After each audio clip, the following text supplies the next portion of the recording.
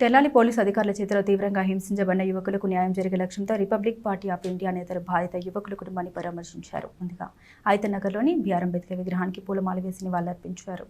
Tenali police అధికారులు రాజ్యాంగాన్ని అతిక్రమించి ప్రాథమిక హక్కుల ఉల్లంఘనకు పాల్పడ్డారని ఆర్పీఐ నాయకులు ఆరోపించారు. పోలీసు అధికారుల చేతుల్లో తీవ్రంగా హింసించబడిన యువకుల కుటుంబాన్ని వారు పరామర్శించారు. ఈ సందర్భంగా వారు మాట్లాడారు.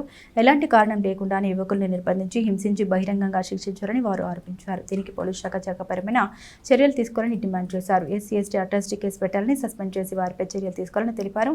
సీఐతో పాటుగా చిరంజీవి కానిస్టేబుల్ కూడా సస్పెండ్ చేయాలని వారు డిమాండ్ చేశారు. బాధితులకు వైద్య చికిత్సతో పాటుగా బాధితులకు 25 లక్షల రూపాయలు చెల్లించాలని డిమాండ్ చేశారు. ఇవి జరగని పక్షంలో నేషనల్ ఎస్సీ ఎస్టీ అట్రాసిటీ ఆశ్రయిస్తామని, అలాగే state SC commission human rights ని కలుస్తామని వారు పేర్కొన్నారు. బాధిత కుటుంబాన్ని కలిసిన వారిలో Uppuletti Deviprasad, G Ramarao, RPI party ఉపాధ్యక్షులు Pilliraju, Nallapu Neelambaram, Chukka Devaraju, Jimmy, Solomon, Jaladi Moses, Bonigala Adimma, BSP youth పాల్గొంది. రాకేష్ అనేటువంటి యువకుడిని ఎక్కడ హైదరాబాద్లో ప్రైవేట్ ఉద్యోగం చేసుకున్నటువంటి కుర్రాడు ఇక్కడికి ఏదో పని మీద వస్తే అతను అక్రమంగా అక్రమ కేసుల్లో ఇరికించి అతను అరెస్ట్ చేసి 3 రోజులు పోలీస్ స్టేషన్లో చిత్రహింసలు పెట్టి, అది కాకుండా మళ్ళీ పబ్లిక్ ప్లేస్లో తీసుకొచ్చి ఇక్కడ ఐతనగరంలో సెంటర్లో వాళ్ళని 3 యువకుల్ని కూడా దారుణంగా హింసించడం జరిగింది.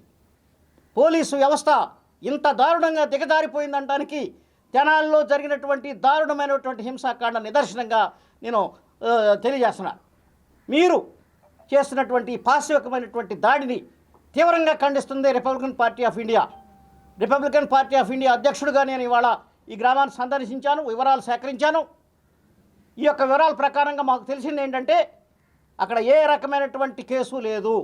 వీళ్ళని ఎందుకు అరెస్ట్ చేశారనేది ముందు చెప్పాలి. మీరు వీళ్ళ మీద ఎవరో చిరంజీవి అనేటువంటి కానిస్టేబుల్ ఇతన్ని డబ్బులు అడిగి వీళ్ళని వాళ్ళు డబ్బులు ఇవ్వలేదంటే వాళ్ళ కాలర్ పట్టుకుని కొట్టబోతే వాళ్ళు పారిపోవడానికి ప్రయత్నం చేస్తే వాళ్ళు నన్ను చంపడానికి ప్రయత్నం చేశారని చెప్పి ఒక అబద్ధాన్ని సృష్టించి అబద్ధపు సాక్ష్యం ద్వారా ఒక కంప్లైంట్ ఇచ్చి మా పోలీసుల మీదే తిరగబడతారని చెప్పి వీళ్ళందరినీ కూడా అక్రమంగా నిర్బంధించి తీవ్రమైనటువంటి హింసలకు గురి చేసినటువంటి ఆ యొక్క కన్నా చిరంజీవి అనేటువంటి కానిస్టేబుల్ని ఫస్ట్ సస్పెండ్ చేయాలి.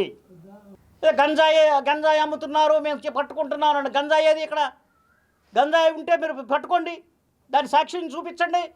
అక్కడ సీజ్ చేశారా గంజాయిని సీజ్ చేస్తే కేసు పెట్టండి. గంజాయి కేసు పెట్టలేదు.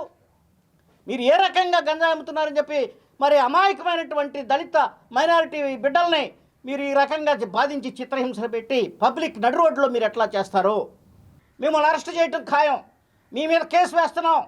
మిమ్మల్ని అన్ని విధాలుగా పై స్థాయిలో అవసరమైతే హైకోర్టు, సుప్రీంకోర్టుకు కూడా వెళ్ళి మీ యొక్క మిమ్మల్ని అరెస్ట్ చేసే విధంగా మేము ఇప్పుడు ప్రయత్నాలు చేస్తున్నాం, మొదలుపెట్టున్నాం.